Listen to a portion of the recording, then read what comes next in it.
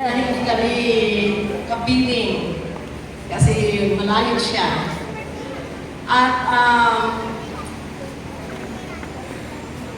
kaya yung parang very special yung dating niya. Excited ako pag sundo namin sa airport.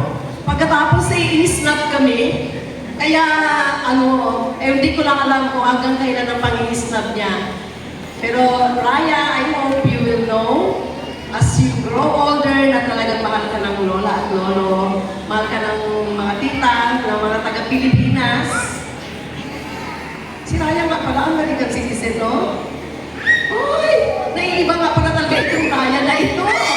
Kaya salamat sa Diyos, we have a unique daughter, apo. At salamat sa Diyos. Ang prayer ko, Raya, you will always feel the love of God, His presence, lalo-lalo na ngayon, na medyo masama ang iyong pakiramdam. And I pray na ikaw ay